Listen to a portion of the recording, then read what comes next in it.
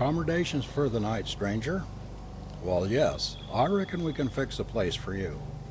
Have a chair and set you down. Thank you.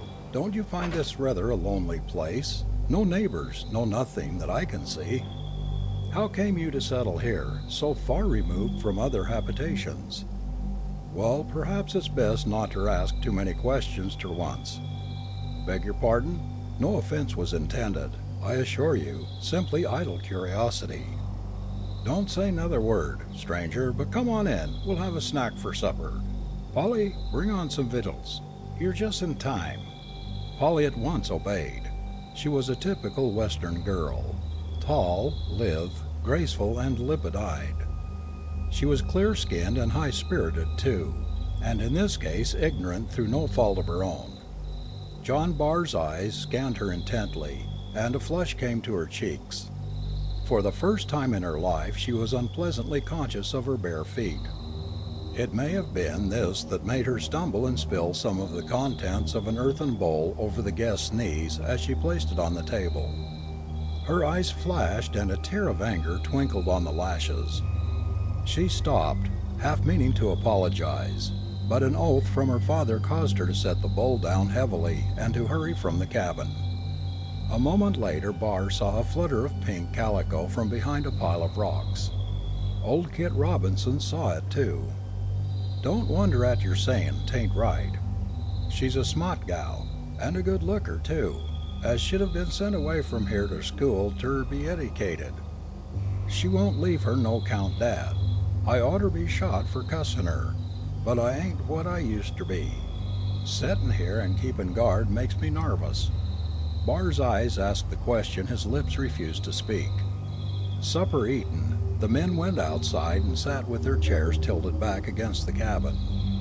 Something in the younger man's frank face had softened old Kit into a reminiscent mood and made him strangely inclined to gratify an idle curiosity. The soft evening wind sighed through the branches of the tall spruce pines, and the declining rays of the setting sun caused the shadow of the rude home to stretch out longer across the greensward. From its shelter where he sat, John Barr looked out on the grand ranges of the Rockies, and wondered where in their vastness he would find the man he sought, the finding of whom had brought him into this wild and unforsaken mining camp. Stranger, I've taken a likin' ter you. You've been somethin' about you that reminds me of someone I know, and you look like an honest chap. Say, do you believe in ghosts? He put the question very suddenly, and a look of disappointment crossed his face when Barr told him that he did not believe in spooks. Well, I've seen 'em.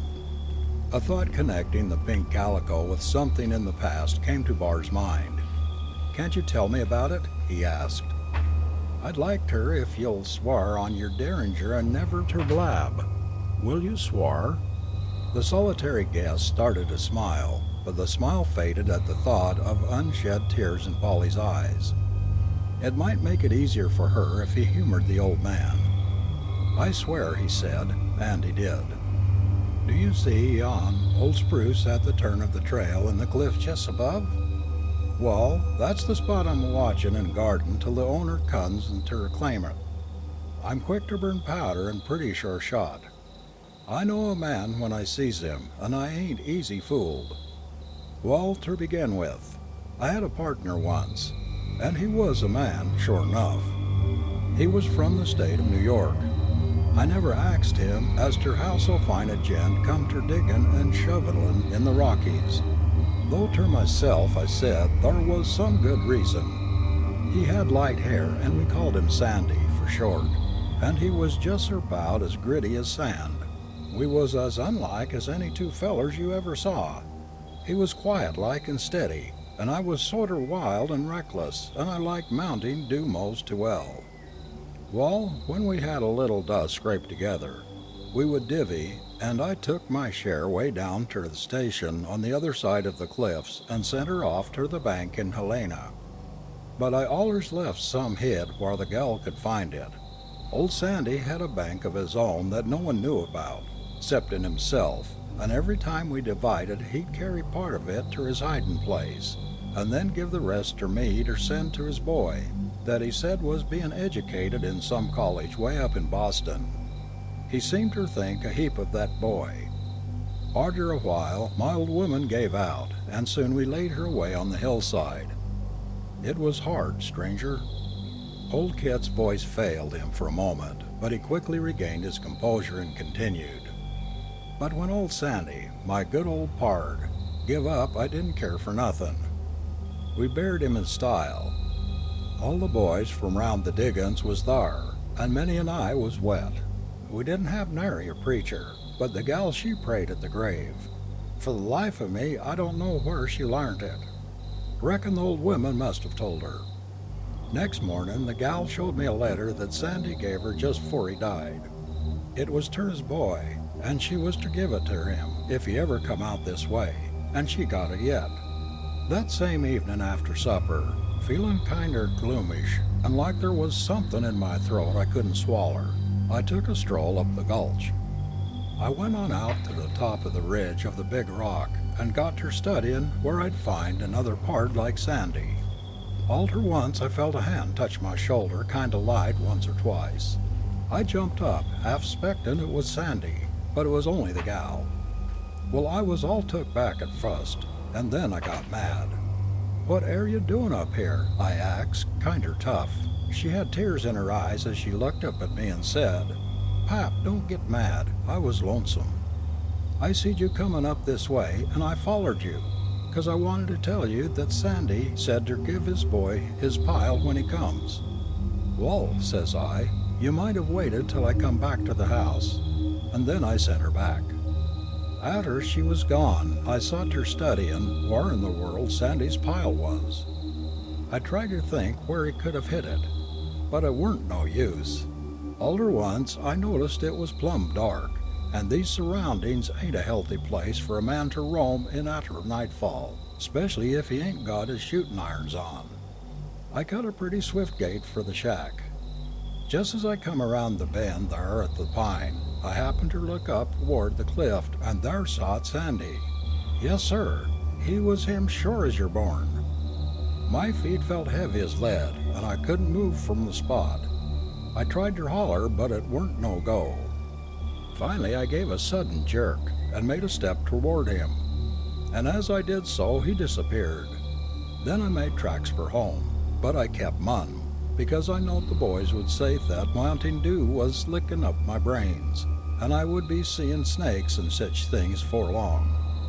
The next night, somehow or another, I thought to go and see if he was there again, and sure enough, there he sot, looking kinder sad and making marks on the rocks with his fingers.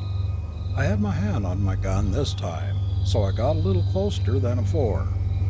But by hooky, he got away from me again, nor did he come back. I could hardly wait for the next night to come around. At the same time I was on hand good and early, just as it begun to get dark, and the trees looked like long spooks a-stretching out their arms.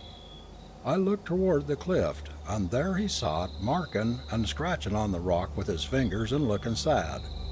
Now, this being the third time, I kinder got bolder, and I went a little closer and says, "Sandy, what's the matter with you?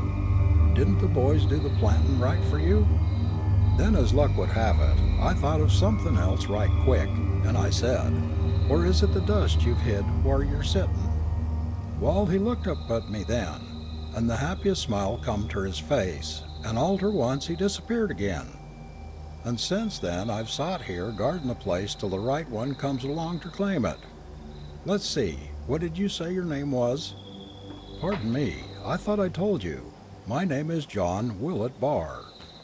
Polly, oh Polly, come you here, gal. What was Sandy's full name? I plumb forgot. What do you want to know fur? She asked. I ain't going to tell you now. That's my own secret. Come, gal, tell me for once that it won't be healthy for you. Well then, she answered stubbornly, it was John Willett Barr. At her reply, the young man's face grew deathly pale, and he started up from his chair, but Kit thrust him back into his seat, saying, "Bring me the letter, Polly." "What are you going to do with it, Pa?" she inquired cautiously. "I promised old Sandy on my oath "ter keep it till the right one comes along to claim it, and I mean ter keep my word. The right one is here, gal. Thar he sits. So trot that letter out, and don't parley long with me if you knows when you're well off." Polly stared at the young man in utter bewilderment for a moment. Then, turning slowly, she stepped quietly into the cabin after the precious document. An unusual gleam of joy lighted up her face, and a suppressed excitement shone in her eyes. Under her breath she said, "Somehow or other, I felt he was the right one." Too truly, John Barr realized in that painful moment that whom he sought was now dead to him, that the father from whom he had been parted so many years was sleeping that long, dreamless sleep in the clay mound on the hillside, which marked his last resting place. As he turned to look at the face of old honest Kit, who had been his father's friend during those long years of forced exile, a happy smile lit up the old miner's rugged features as he pointed with his finger to the rock cliff near the old spruce vine, and said in an exultant, trembling voice, "Thar he be, stranger, just as I have seen him many a night, your dad, my pard, poor old Sandy." With an eager voice John Barr sprang forward, and the mountains echoed and re-echoed the plaintive cry of "Father! Father!" But his outstretched arms clasped only emptiness and the darkening shadows of the rapidly approaching night.